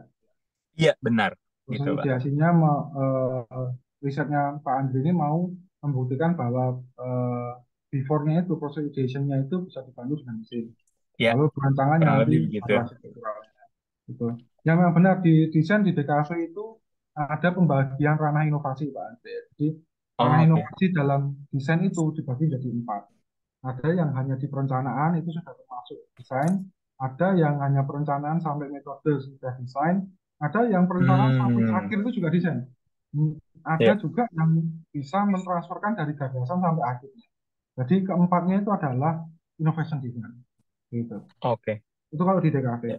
Yang bisa Hmm. di level 3 dan level 4 dari hulu ke hilir itu adalah desainer yang punya pengalaman atau jam terbang tinggi. Ya, ya, Nah, benar-benar. inovasi desain yang benar-benar novel atau benar-benar berkontribusi besar itu hanya bisa dilakukan oleh mereka-mereka yang sudah mempelajari arsitektural lama atau desain itu dengan cukup lama, gitu ya. Akhirnya kan Ya, juga yang di awalnya juga termasuk inovasi gitu. Nah, ya, ya, ya. di proses ideation ini memang bisa dibantu, Pak. Kita bisa nggak berangkat dari nol gitu. Tapi tetap saja eh, pengalaman itu diperlukan. Jadi begini, untuk menghadapi era AI atau digital age ini, kita perlu yang namanya project based learning. Project based learning ini akan nanti secara teknisnya mau digantikan AI nggak masalah. Tetapi si anak ini, si mahasiswa ini, si desainer ini, si arsitektur ini, si arsitek ini menyelami dan berpartisipasi dalam satu kasus tertentu. Berpartisipasi maksimal itu kata kuncinya. Ketika dia berpartisipasi, dia tidak mungkin berangkat perencanaan itu dari nol. Karena dia pasti punya hasil penelitiannya, paling tidak dia nggak bisa memformulasikan itu, mesin membantu memformulasikan idenya itu boleh. Tetapi eh, perasaannya, sense-nya, gaya berpikirnya itu berangkat dari keterlibatan tadi, project tadi, project based learning tadi. Maka AI ini hanya just a tool saja. Kalau dia mengikuti project based learning ini, kalau dia terlibat dalam project based ini atau case based ini gitu. Atau paling nggak discovery learning dia mencari dulu, baru diperbolehkan menggunakan AI sebagai alat bantu ide sendiri. Itu sangat bagus menurutku karena inovasi itu juga ada di awal begitu. Jadi AI itu bisa berperan dimanapun. Tapi tadi mahasiswa harus punya gagasan awal atau pemikiran awal dari keterlibatannya. Yang dinilai adalah bagaimana keterlibatan itu dan bagaimana outputnya dari keterlibatan itu. Maka desain yang baik kan pasti dinilai dari itu, kan?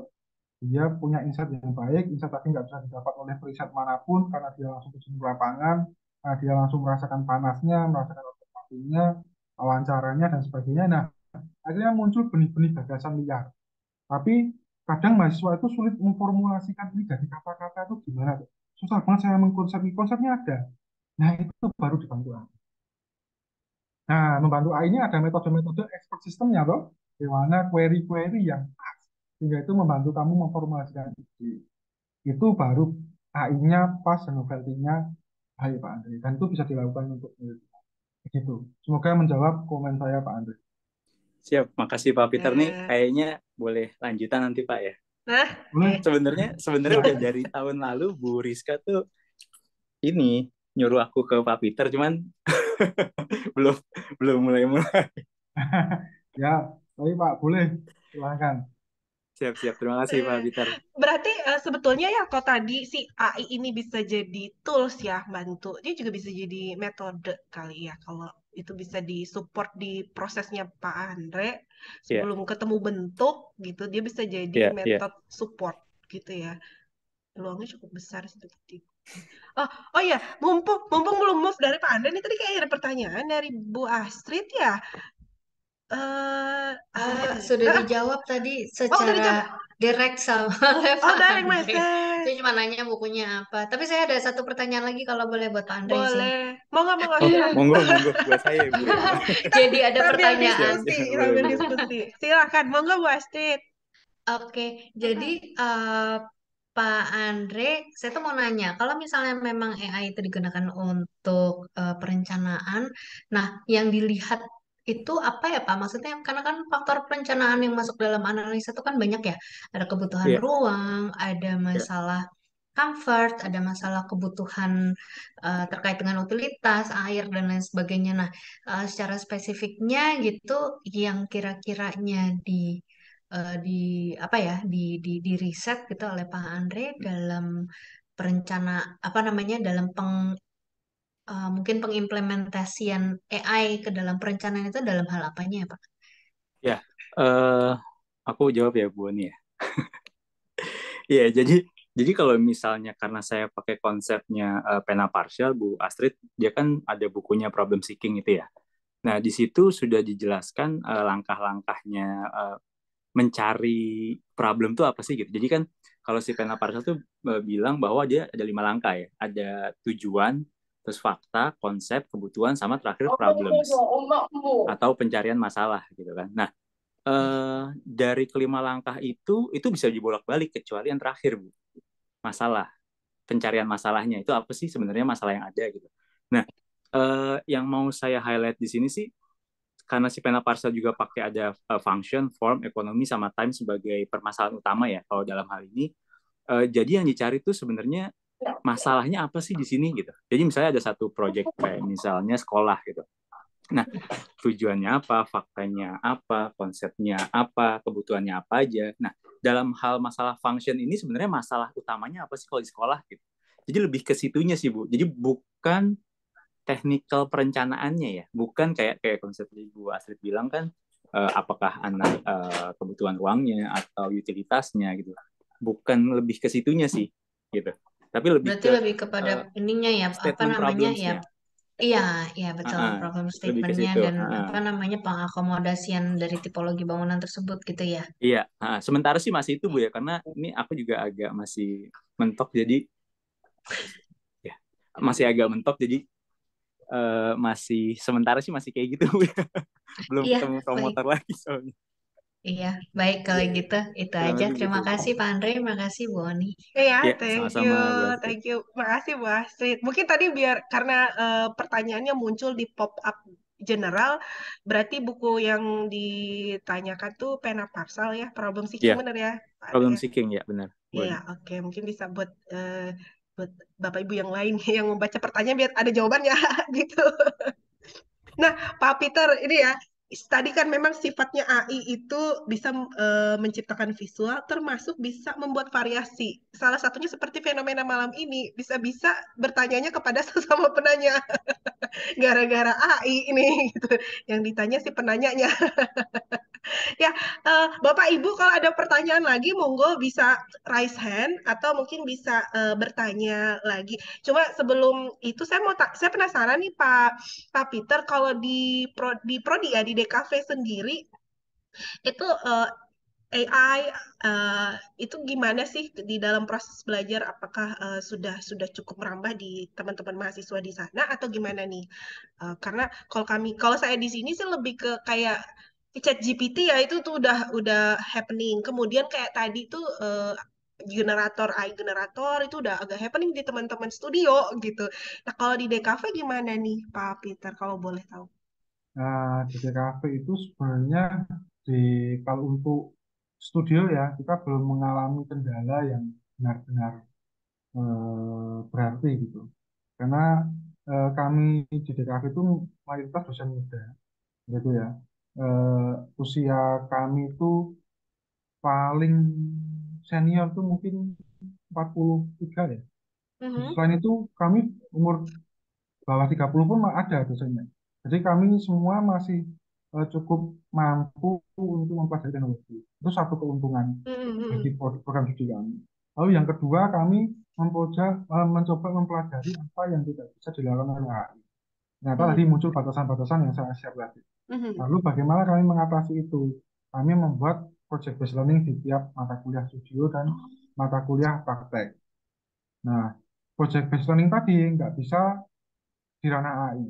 Lalu setelah project based learning-nya ada, kita memilih topik-topik yang tidak atau sedikit di database. Gitu. Contohnya, hari ini kami ada pameran visual branding. Tugasnya Mhm. membuat logo. Padahal AI untuk bikin logo itu banyak banget. Mhm. Mhm. Tapi kita kasih tema, misalnya logo untuk pelet ikan, Mhm. atau logo untuk paca anjing, Mhm. atau logo untuk rosok.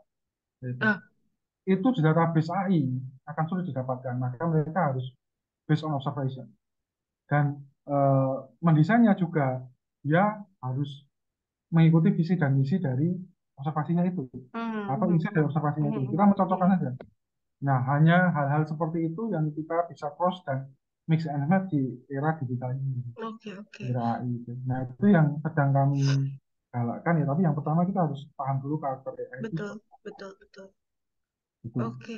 Berarti malah lebih spesifik, malah lebih baik kali ya berarti di kayak apa tadi kayak bahasanya bukan bahasa Inggris, bukan bahasa Indonesia banget Ya, gitu. Mungkin itu akan jadi yang ngaburin lokal si nggak tersentuh gitu. mau ngomong gitu saya nggak berani. Yang kurang tersentuh atau kurang diperhatikan itu Belum belum belum. diperhatikan sama Nah, si AI-nya maksudnya nah, ya. Heeh. kita Oh, perhatikan oke dulu oke. gitu. Oke, oke, oke. Berarti itu cukup menarik gitu ya. Jadi ini bisa jadi catatan sih PBL. Jadi lebih spesifik di karakteristik tugas-tugasnya gitu. Oke. Mm-mm. Nah, eh, Pak Peter, ini ada pertanyaan tapi masuknya di direct message dari Pak Beni. Nah, ini ada Pak Beni ada pertanyaan. Saya mungkin bantu untuk bacakan, tapi saya coba up-kan ke chat general kita aja juga biar nanti bisa sambil dibaca. Nah, mohon pencerahan nih katanya Pak Peter. Disampaikan bahwa AI itu cuma sampai pada tool saja. Bagaimana ya Pak dengan pernyataan eh, prediksi akan adanya singularity antara AI dengan manusia, terutama bila dikaitkan dengan neuroscience. Waduh, wah ini ada neuroscience, ada Bu Rizka juga nih. Monggo Pak Peter, Ya, tentu menarik menarik. ketakutan itu pasti ada ya. Saya pun juga mengalami ketakutan yang sama begitu ketika ini lama-lama empati kita bisa terampas karena neuroscience itu bisa dipelajari begitu. Ya, jadi neuroscience ini kan juga prediksi gitu ya. Dia akan mempelajari prediksi kalau kita neuronnya begini maka keluarnya ini. Mereka bisa dipelajari klasifikasi dan clustering di pertama tadi yang saya jelaskan. Sistem kerja AI itu meniru otak kita persis gitu. Empati itu lama yang dari perasaan kita lama-lama ke otak juga kan. Nah, Betul. di otak itu bisa dipelajari dengan koneksi antara AI dan neuroscience ini memang cukup makanya jadi robot AI gitu ya akhirnya lalu jadi tangan AI gitu robotik arm yang pakai AI gitu. Nah itu bisa dan itu benar jadi ketika itu semua bisa diklastering dan diklasifikasi. Tetapi identifikasi awal itu tidak bisa karena kita sebagai manusia punya rasa tadi ya punya eh, kalau kalau empati saya bilang empati itu empati nanti juga bisa dipelajari gitu. Karena kalau kita Hmm, merasa takut maka respon neuro kita seperti ini. Kalau kita merasa kasihan maka respon neuro kita seperti ini. Nah, itu bisa dipelajari oleh AI. Tetapi analisis analisis yang dalam misalnya seperti kalau kita observasi itu kan nggak hanya rasa kasihan, nggak hanya rasa hmm, empati, tetapi juga kita merasakan atmosfernya di sana. Kita juga merasakan eh, kegalauan itu. Nah, itu yang sulit dipelajari oleh neuroscience. Itu belum sampai ke otak itu. Itu langsung ke emosional gitu. hmm, hmm. Itu langsung ke apa ya? Langsung gimana ngomongnya? Yang jelas itu nggak langsung ke respek kita berpikir gitu, tapi ke ranah bawah sadar kita. Dan itu nggak bisa dipelajari oleh AI. Gitu. Kalau itu sudah sampai ke otak kita bisa dipelajari. Intinya begitu. Untuk ketakutan itu ada ya. Jadi bijaksana saja dalam menggunakan AI itu. Karena AI dipakai untuk hal negatif juga banyak. Meniru voice, meniru wajah, menggenerate Betul. video, artinya dipakai untuk penipuan yang tertipu banyak, juga banyak. Nah itu sama seperti dengan risiko yang singularity antara AI dan neuroscience itu. Gitu. Sama seperti zaman dulu ketika guru matematika protes ada kalkulator mirip. Nah, kalkulator itu bisa digunakan untuk hal baik, bisa digunakan untuk menipu juga sama seperti itu. Oh, hasilnya ini rumusnya rumit, mereka mau cepat dihapusi. Gitu. Akhirnya dia membayar lebih mahal. Case-case-nya kan seperti itu. Ya. Itu nanti akan hal jadi terulang dengan hal gitu. Begitu Pak Beni, semoga menjawab. Iya benar. Sebetulnya juga ada satu kekhawatiran di situ sih. Saya dulu sempat waktu studi Prof Sas kalau nggak salah juga sempat kadang dia suka memvisualize kondisi ini di film-film yang sudah ada kayak kayak Bicentennial Man yang dimainin sama Robin Williams tahun 1999 kalau nggak salah dia minta pengakuan gitu. Pada akhirnya si learning mesin ini mau menjadi manusia juga gitu atau mungkin film apa ya yang dia bisa menggantikan dirinya sendiri dengan rupa si robot dia mainnya dari rumah gitu dan kok kayaknya si film-film ini kayak science banget gitu waktu itu dan itu jadi sesuatu yang reality sekarang jadi nggak bukan sekedar fiksi saja itu juga bisa bisa jadi keniscayaan kalau aku bilang itu sudah jadi keniscayaan gitu ya Ya, itu sekarang. mungkin sekali. Saya akan Mhm. berjangka dengan teman-teman saya yang sama-sama menggunakan AI atau mempelajari AI itu. Nanti kita cuma di depan laptop doang kok pakai kameranya Apple gitu. Terus Aha, yang aha. ini karakter kita. Nanti saya mau gendut pun karakter saya tetap si Spike saya bilang gitu. Nah itu udah ada filmnya ya Pak Peter saya tuh sampai gara-gara itu jadi saya juga oh ya oke mungkin ini Zaman juga dulu mungkin kita berpikir ah nggak mungkin ah gitu betul ada. betul. Sekarang itu sangat mungkin dan sangat terbuka. Jadi saya merasa bahwa menonton film itu perlu ya. sampai sini kesimpulannya berarti menonton film itu perlu, karena sekarang tuh film yang katanya fiksi juga ada base science-nya juga, lumayan juga nih, biar ada politiknya juga, jadi kita bisa lebih up to date. Ya oke. Terima kasih Pak Benny pertanyaannya, thank you. Tadi mau saya undang cuma katanya agak noise ya di sekitarnya, jadi mungkin nggak speak langsung. Nah Bapak Ibu, kira-kira ada pertanyaan lagi nggak nih yang bisa kita diskusikan sama-sama? Mungkin bisa raise hand atau bertanya langsung, atau bisa juga chat di kolom komentar. Nah, sebetulnya sedikit informasi, sebagian besar yang bertanya tadi itu sebetulnya memohon pencerahan untuk disertasi sih Pak Peter. Jadi kayaknya kalau saya bisa lihat, kayak lagi pada menuju disertasi semua, jadi sekaligus asistensi kayaknya ngobrol-ngobrol. Ngobrol-ngobrol ini sekaligus Kali asistensi. duyung ya. Jadi bisa sekaligus brainstorming, bisa sekaligus asistensi. Bapak Ibu yang mungkin tertarik untuk bisa melanjutkan S3, konsentrasi arsitektur digital boleh gitu ya, bertanya-tanya ke Prof Pur. Ke Prof Pur bisa bergabung, karena memang diskusinya dari A sampai Z ya Pak Peter. Jadi teknologi ya, visual design iya gitu. Kemudian dan juga lain-lainnya. Dan ini saya ngeri-ngeri sedap sih sebetulnya kalau udah bicara AI, AR, VR gitu. Dan kalau mahasiswa di DKV itu udah cukup terbiasa ya Pak dengan mempunyai metode ini, dan juga menggunakan ya Pak Peter ya. Ya, mereka menggunakan, sudah mulai mereka mengulik itu sih. Paling nggak lama, 1 tahun lagi paling mereka sudah presentasi tugas akhir menggunakan. Oke. Tapi ya well, itu nggak masalah sih, asal mereka bisa menggunakan. Selama dia terlibat dalam proyek itu dan hasilnya dari AI itu relevan dengan permasalahan dan problem solving, no worries. Itu hanya alat yang digunakan untuk menyelesaikan masalah saja. Intinya kan masalah itu penyelesaian.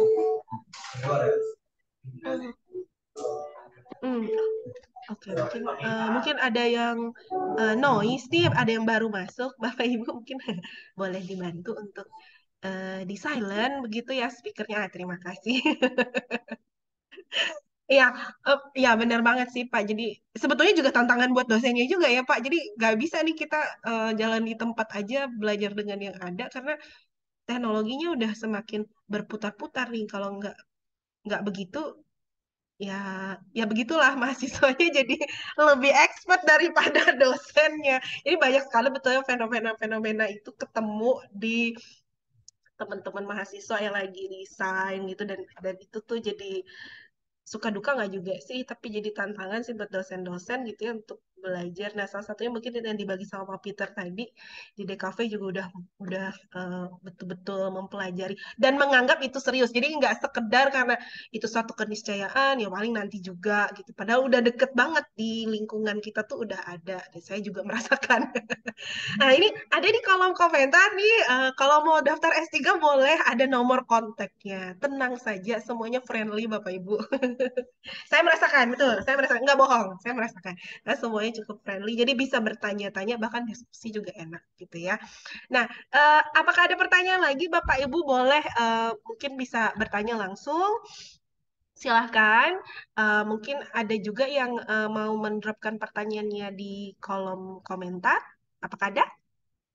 Ada pertanyaan lagi? Belum ada? Nah, kalau belum ada, saya mau izin dulu sebentar untuk jeda sebentar gitu ya, untuk menayangkan satu video yang tadi seharusnya udah saya tayangin sebelum pertanyaan dimulai. Maaf ya Prof, karena udah keburu-buru pengen bertanya, jadi videonya malah nggak saya puterin gitu. Jadi saya izin dulu Pak Peter, boleh ya? Ini mungkin ada sedikit video testimoni Silakan, yang mau disampaikan dari Prodi 3 Arsitektur dari mahasiswa angkatan 2. Orang memanggil saya Bangkas. Saya dosen di Universitas Swasta di Purwokerto. Di luar itu saya sebagai pengusaha di bidang real estate. Maka saya akan selalu menimba ilmu pengetahuan dimanapun ada. Kebetulan saya kuliah di program doktor digital arsitektur. Dosen-dosennya sangat bermutu.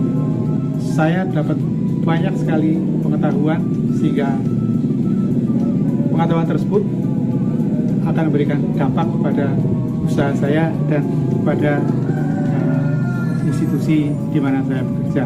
Nama saya Budianto Chandra. Saya mahasiswa program studi Dr. Arsitektur Unika Sugio Pranoto, Semarang. Saya bekerja sebagai tenaga ahli, konsultan, dan auditor bangunan gedung hijau atau green building. Dan saya juga sebagai dosen tidak tetap di salah satu universitas di Jakarta. Belajar di program studi Dr. Arsitektur Unika Sugio Pranoto Semarang sangat menyenangkan. Banyak pengetahuan yang saya dapat, dosen-dosen berkualitas, dan mendorong mahasiswa untuk berpikir kritis dan terbuka.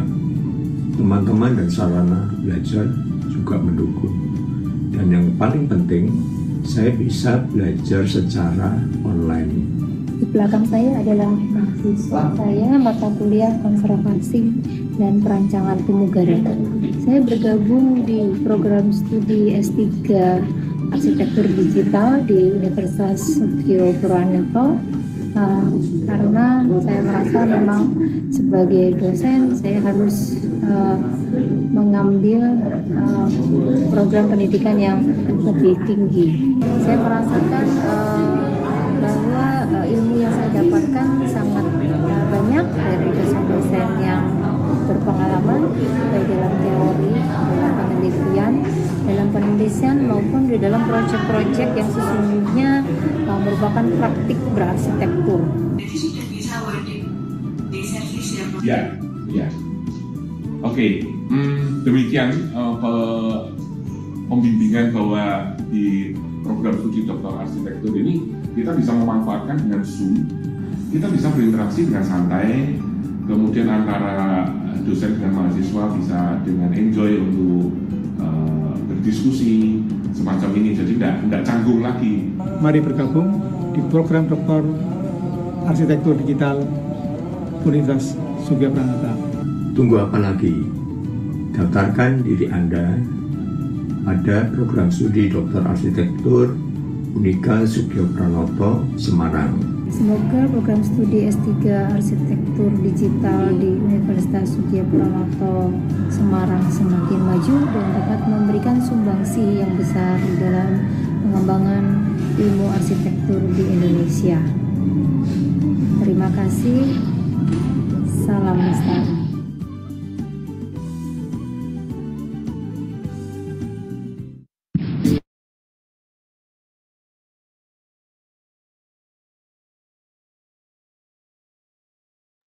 Ya, Bapak Ibu, tadi memang ada pesan dan testimoni yang disampaikan tidak bohong, memang betul gitu. Saya juga merasakan hal yang sama. Jadi Bapak Ibu kalau ada mau bertanya, boleh bertanya dulu, nggak apa-apa gitu ya. Nomor kontaknya sudah ada di kolom komentar. Tadi kayaknya ada yang bertanya tentang materi yang bisa di-share. Nah, nanti Bapak Ibu, agenda atau kegiatan diskusi hari ini itu terekam dan diupload di YouTube program studi Dr. Arsitektur. Benar ya, Prof ya? Aha, nanti akan diupload. Ya, betul ya, Prof ya? Ya, betul, betul. Nanti mungkin bisa di-search saja karena masuknya di NBSP gitu. Jadi semua edisi NBSP itu setelah selesai pasti akan dimasukkan rekamannya ke dalam YouTube. Jadi kita bisa ngulik nih. 21 insight, sekarang udah 21 ya, Bro ya. Bentar lagi kita second anniversary ini. 2 tahun lagi gitu ya. Nah, jadi sebetulnya nggak ada satupun topik yang tidak menarik. Jadi kadang saya kalau udah kelewat, saya juga bisa ngulik-ngulik tuh ke YouTube-nya. Jadi kita bisa download juga dan bisa ditonton kapan saja. Jadi mungkin kalau bertanya materinya bisa di-share, bisa banget gitu ya. Nanti akan di-share lewat YouTube gitu. Jadi bisa ditonton ulang. Nah, Bapak Ibu, apakah ada yang mau bertanya lagi nih gitu ya? Mungkin mumpung bisa bertemu dengan pakarnya, ada Pak Peter dengan segudang pengalamannya. Saya tuh kemarin nge-stalking gitu ya, dikasih sama Prof, kita coba stalking di research kit-nya. Banyak sekali gitu pengalaman beliau dan penelitian-penelitiannya, dan cukup pas gitu ya untuk diajak diskusi tentang AI sama AR ini gitu. Nah, apakah ada pertanyaan lagi dari Bapak Ibu? Boleh, kalau ingin berdiskusi, boleh silahkan bisa raise hand. Ada? Oke, mungkin disimpan. Kayaknya habis ini banyak yang menghubungi Pak Peter kali ya. Kalau kalau di di publik mungkin bertanya agak sungkan, nanti menghubungi. Kayak tadi tuh ada pesan-pesan dari Bu Rizka sama Pak Andre, kayaknya bakalan menghubungi Pak Peter. Siap-siap ya Pak ya. Ya, nggak masalah sih. Oke, nggak Bisa. masalah. Nggak masalah katanya Pak Andre, Bu Rizka. Jadi bisa dikontak gitu. Jadi bisa asisten. Kita belajar bareng. Ya betul betul bisa belajar sama-sama dari pakarnya. Ya, oke. Mungkin Bapak Ibu kalau tidak ada yang bertanya, saya terakhir nih mau mau meminta mungkin dari Pak Peter, mungkin ada hal yang mungkin disampaikan untuk penutup agenda diskusi malam hari ini, Kak, terkait penelitian dengan AI sama AR.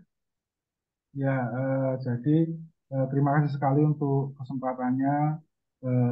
Sudah di penghujung acara kita ya. Semoga tadi semua materinya bisa bermanfaat untuk Bapak Ibu semua. Harapan saya untuk penelitiannya berkembang, wawasannya bertambah ya, dan juga 1% ya dari acara ini mungkin. Tapi sebenarnya ada pengembangan gitu. Syukurlah kalau berapa persen pengetahuan bertambah ya. Betul Paling betul. tidak 0,1% ada tambahan, bertambah wawasannya gitu. Mungkin memang sulit dimengerti bahwa mesin learning itu seperti apa begitu ya, tapi bahwa manusia itu nggak mungkin tergantikan oleh mesin, intinya begitu. Tetap semangat saja, tidak perlu takut, tapi manfaatkanlah teknologi itu untuk menolong kehidupan kita. Bukan memusuhinya, juga bukan menuhankannya gitu, bukan mengandalkannya tiap hari, tetapi sudah hidup sewajarnya saja. Gunakan alat itu untuk membantu kehidupan kita seperti tadi yang sudah kita pelajari bersama, bahwa mereka hanya itu saja atau alat untuk mempermudah kehidupan kita. Jadi hadirnya kalkulator tadi. Begitu, Betul betul. saya terima kasih Bu Oni, Purwanto dan teman-teman semua yang ada di sini. Itu semoga Iya. bermanfaat. Terima kasih banyak loh Pak Peter. Pasti banyak sekali sebetulnya pertanyaan-pertanyaan setelah ini yang mau disampaikan ke Pak Peter. Kalau tiba-tiba nanti ada yang kurang begitu ya, bisa langsung bertanya kepada Pak Peter. Mungkin Prof Pur ada yang mau disampaikan dulu, Prof, di penghujung acara diskusi malam ini? Iya, baik, Boni, terima kasih. Ibu sekalian semuanya, kita sudah mendengarkan paparannya dari Pak Peter tentang AI dan AR gitu ya. Nah, ini menjadi satu peluang di masa-masa sekarang sebagai materi untuk melakukan penelitian. Ini adalah bagian perkembangan gitu ya dari arsitektur digital. Pak Peter ini sebagai dosen juga di mata kuliah arsitektur digital. Jadi ibu sekalian bisa belajar jika berminat untuk mengambil S3 di program studi Doktor Arsitektur Konsentrasi Arsitektur Digital. Sekali lagi saya terima kasih kepada Pak Peter yang telah menyampaikan materinya, Bu Oni yang telah memandu acara ini, dan ibu sekalian semua yang hadir di dalam ruangan ini. Terima kasih, saya kembalikan kepada Bu Oni. Ya, terima kasih banyak, Prof. Ya, kalau saya boleh sampaikan nih, saya jadi teringat catatan waktu first anniversary NBSP. Sesuatu yang maju itu pasti dibarengi dengan banyak pandangan-pandangan dan kekhawatiran. Dalam kata lain ya, skeptis gitu. Banyak sekali mungkin kekhawatiran yang muncul seperti awal-awal kita dipaksa untuk meeting full secara online waktu pandemi begitu ya. Nah, banyak sekali kesulitan-kesulitan kita dalam bertransformasi secara digital, secara utuh gitu. Walaupun kita sudah tahu nih tentang ya, AI, tentang AR, VR gitu ya. Nah, tapi AI atau AR ini sebetulnya memang tadi setuju saya mempermudah cara kerja kita. Apalagi generasi-generasi saat ini sudah terbiasa dalam tanda kutip menuntut kita juga dengan model-model yang sifatnya cepat, mudah, tepat, hebat gitu, luar biasa. Nah, kita juga dituntut uh, untuk bisa menyesuaikan itu. Lalu saya teringat juga di pertanyaan waktu first anniversary ini sama Prof Pur sama Prof Pursal. Terus what's left for human gitu. Sisanya apa dong untuk kita si arsitek? Metode tentu ya. Jadi perbedaan cara kerja, bagaimana desainnya bekerja lewat cara berpikir yang imajinatif. Jadi lebih kreatif, lebih imajinatif. Nah, itu tuh sebetulnya jadi kunci nih. Biar bagaimanapun hebatnya si teknologi, saya setuju nih 3 profesor waktu itu juga sampaikan metode cara bekerjanya yang bisa kita pegang. Apakah saya menggunakan AI AR? Belum. Tapi apakah AI AR itu ada di sekitar saya? Tentu sangat iya banget gitu, dan itu jadi tantangan sekali. Jadi mungkin saya atau kita semua bisa jadi sudah sadar sama teknologi ini, tapi tidak sepenuhnya bertransformasi untuk penggunaan AI dan AR ini. Dan itu butuh proses Bapak Ibu. Kita jalani sama-sama ya Bapak. Kita sama-sama nah di S3 Arsitektur Digital di Universitas Geo Pranoto Semarang, kita jalani sama-sama nih dunia-dunia digital ini. Oke, mungkin segitu dulu Bapak Ibu pertemuan diskusi kita malam hari ini. Saya ucapkan terima kasih banyak untuk Pak Peter dengan sabar gitu ya menjawab pertanyaan dari Sabang sampai Merauke ya Pak ya, kayaknya dari A sampai Z, dan kayaknya kita kayak ke dunia-dunia TI ini gitu ya. Nah, ya itulah kerennya sekarang ya studi itu bisa balance dengan berbagai macam disiplin ilmu. Nah, makasih buat Prof. Pur untuk kesempatannya, dan Bapak Ibu semua yang hadir. Terima kasih Bapak Ibu yang bertanya juga, menambah semarak insight kita bertanya tentang dunia teknologi digital sampai saat ini. Dan Bapak Ibu, saya ucapkan sampai berjumpa kembali di NBSP seri ke-22 18 Juli 2023 jam 6 sore. Minggu ketiga setiap bulan, ingat dicatat gitu ya Bapak Ibu, dengan topik yang tidak kalah serunya seperti hari ini, dengan pembicara yang tidak kalah kerennya juga, dan dengan para teman-teman yang ngobrol yang tidak kalah kerennya juga. Karena ini ada kesempatan kita untuk saling brainstorming, bertemu dengan berbagai macam Bapak Ibu dosen, rekan-rekan praktisi dari Sabang sampai Merauke sebetulnya, karena bisa online. Kalau begitu saya Ani Dian Sanita pamit dari Kota Palangkaraya mengucapkan selamat malam. Terima kasih untuk Prof. Pur, terima kasih untuk Pak Peter. Thank you, dan sehat-sehat semua untuk kita semua. Selamat malam, Bapak Selamat Ibu. malam. Terima kasih Prof. kasih. Pur. Terima kasih Pak Terima kasih Peter, Pak Peter. terima kasih Bu Oni, Terima kasih terima Prof. kasih buat Terima kasih, sekalian Bu Oni.